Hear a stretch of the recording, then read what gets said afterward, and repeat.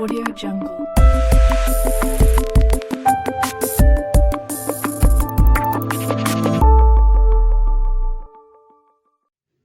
Bonjour, bienvenue dans cette étude technique.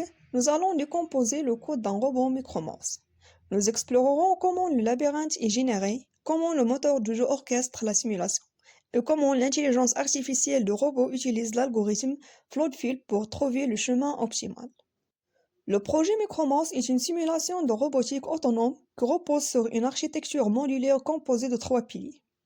La gestion de l'environnement, l'intelligence du robot et la boucle de contrôle principale. Commençons par le fichier maze.py. Tout commence par la classe maze. Ce script ne se contente pas de dessiner des lignes, il définit la réalité physique du robot. Puisque le labyrinthe est chargé à partir du fichier texte qui existe dans le dossier maps, le système peut interpréter des caractères spécifiques. S pour le point de départ et G pour les objectifs.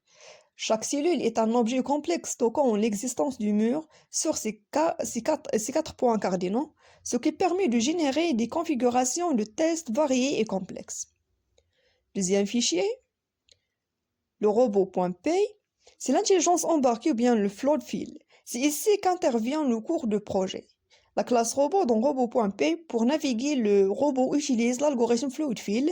Premièrement, le robot initialise une grille de distance où les objectifs valent 0. Ensuite, il propage ces valeurs à travers tout le labyrinthe. Plus une case est loin de l'objectif, plus sa valeur augmente. Enfin, la méthode Think permet au robot de prendre une décision en choisissant systématiquement le voisin ayant la distance la plus faible, garantissant ainsi le chemin le plus court vers le centre. Troisième fichier, main.py, c'est pour l'exploration et le cours est rapide.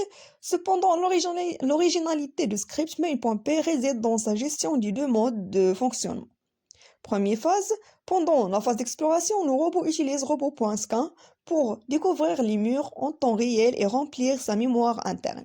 Il avance prudemment pour cartographier l'inconnu. Deuxième phase, une fois l'objectif atteint, le mode Fast Run est activé. Le robot est alors réinitialisé au départ, mais il conserve sa world memory. Par conséquent, lors de cette seconde manche, le robot peut utiliser une version optimisée de Floodfield qui ne circule que dans les zones déjà visitées, lui permettant de foncer vers le but sans risque d'erreur. Pour lancer la simulation, alors on observe le robot explorer le labyrinthe, il remplit sa rose memory à chaque pas. Phase de performance, une fois l'objectif atteint, le robot connaît le chemin optimal.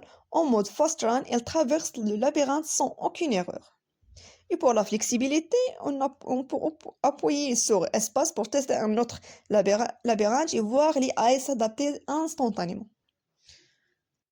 En conclusion, ce projet démontre comment des concepts mathématiques simples comme la propagation des distances dans une grille peuvent transformer un simple script Python en une intelligence artificielle capable de résoudre les problèmes spatiaux complexes.